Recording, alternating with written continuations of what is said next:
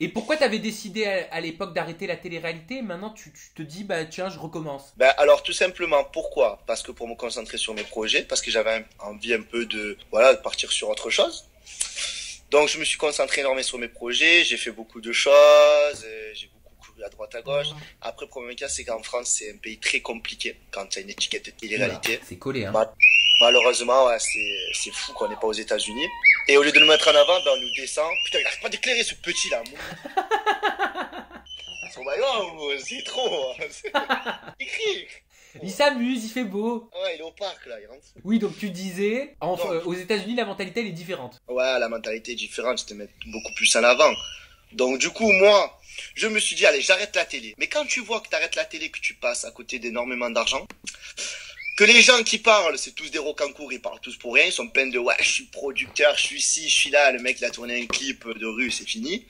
Voilà quoi, après moi ça m'a gonflé, donc j'ai dit, vous savez quoi, tous vous faire foutre, je vais reprendre ma télé, je vais faire mon oseille, ceux qui me veulent, ils viennent me chercher, ceux qui me veulent pas, j'en ai rien à cirer, voilà. Je fais mon oseille, demain je vais ouvrir mon établissement, j'aurai mon oseille, je fais les choses intelligemment. Et puis la vie continue, voilà. J'attendais certaines réponses parce que tu sais c'est un peu compliqué entre production et tout, tu vois. Ah, c'est-à-dire qu'en fait, ah bah oui, attends, parce que comme t'as participé à la villa, comment tu peux aller dans les Marseillais? Ben c'est ça, c'est compliqué. Il faut que la production autorise, voilà quoi. C'est tout. Tu sais entre production. Bah C'est ouais, et compliqué. ils ont autorisé? Ben écoute, je sais pas, j'attends. J'espère qu'ils vont autoriser, qu'ils vont me faire plaisir. Non ouais, c'est dommage parce qu'il faut vraiment que je rattrape le coup, tu vois là, comme ça.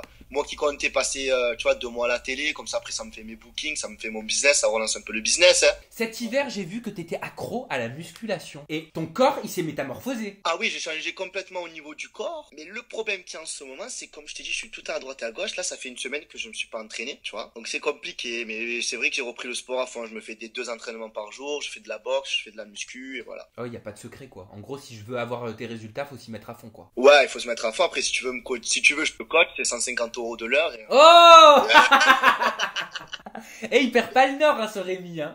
Attends, business to business, hein. Ouais, non, mais t'inquiète. Là, je suis en train de manger fruits et légumes à gogo depuis quelques jours pour sécher.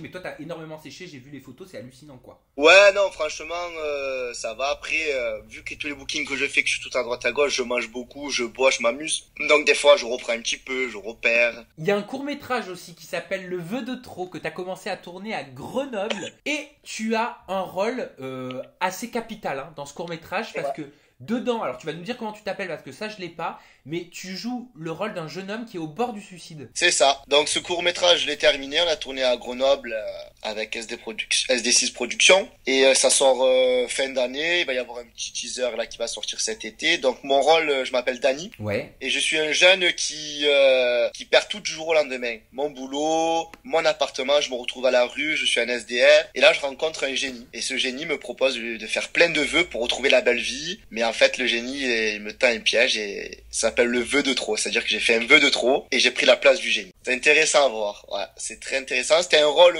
très compliqué à jouer parce qu'il y avait beaucoup d'émotions, un coup rigolo, un coup triste, un coup énervé, un coup voilà quoi. Il y avait beaucoup de, c'était vraiment un jeu de rôle.